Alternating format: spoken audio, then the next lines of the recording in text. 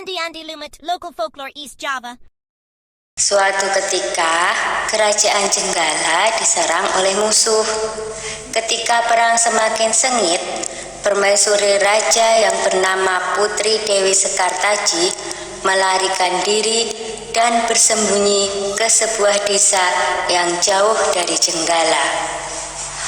Untuk menjaga keselamatannya, ia menyamar sebagai gadis kampung. Dewi Sekartaji tinggal di tempat Nyai Intan.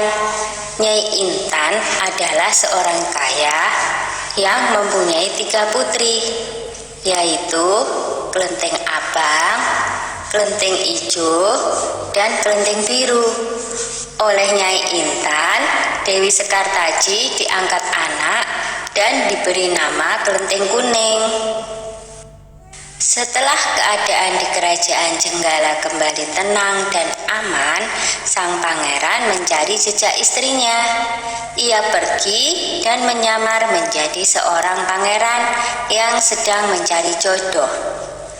Panji Asmarabangun menyamar dengan nama Andi Lumut, lalu membuat sayembara. Dalam waktu singkat, berita sayembara itu tersebar jauh hingga ke desa si Kelenteng Kuning. Kelenteng Abang, Ijo, dan Biru mendengar kabar sayembara itu. Mereka sangat senang dan ingin mengikuti sayembara itu. Kita harus berhias agar terlihat cantik dan memikat sang pangeran, kata Kelenteng Abang. Benar sekali, kita akan memakai pakaian dan perhiasan yang paling bagus, kata Kelenteng Ijo.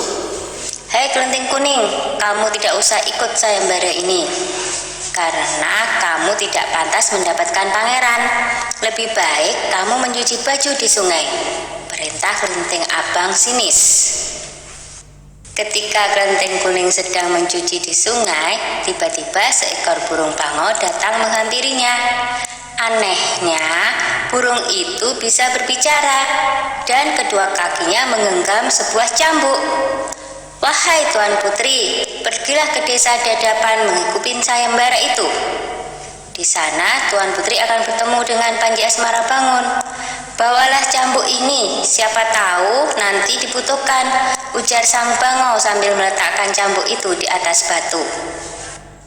Burung bango itu lalu terbang ke angkasa dan menghilang sebelum Kelenteng Kuning menjawabnya. Kemudian Kelenteng Kuning kembali ke rumah dan berangkat menuju desa Dadapan. Sementara itu, di tepi sungai Bengawan Solo, ketiga saudara dan ibu angkatnya bingung karena harus menyeberangi sungai, tetapi tidak ada perahu. Bagaimana cara kita menyeberang, Bu? Tanya Kelenteng Ijo dan saudarinya. Lalu mereka melihat seekor kepiting raksasa. Kepiting itu adalah Yuyu Kangkang, utusan Andi Lumut.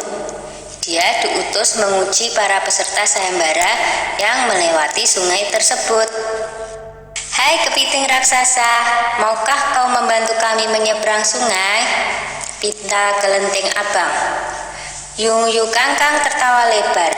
Hahaha, aku akan membantu kalian, tapi ada syaratnya, kata dia.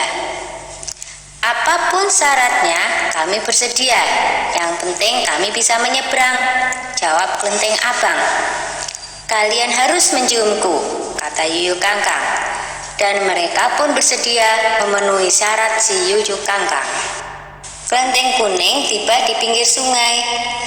Yuyu Kangkang mengajukan syarat yang sama, tetapi Kelenteng Kuning menolak. Dia tak ingin mengkhianati suaminya. Berkali-kali Kelenteng Kuning memohon, tetapi Yuyu Kangkang tetap menolak. Akhirnya Kelenteng Kuning memukulkan cambuknya ke sungai, dan seketika itu air sungai Bengawan Solo surut. Melihat itu, Yuyu Kangkang ketakutan dan segera menyeberangkan Kelenteng Kuning, bahkan mengantarnya sampai ke desa Dadapan. Sayembara pun dimulai. Secara bergiliran, Kelenteng Abang dan adik-adiknya menunjukkan kecantikan mereka di hadapan Andi Lumut. Namun, Tak seorang pun di antara mereka yang dipilih oleh Ande-Ande Lumut. Ampun pangeran, hamba mohon, terimalah salah satu putri hamba, iba Nyai Intan.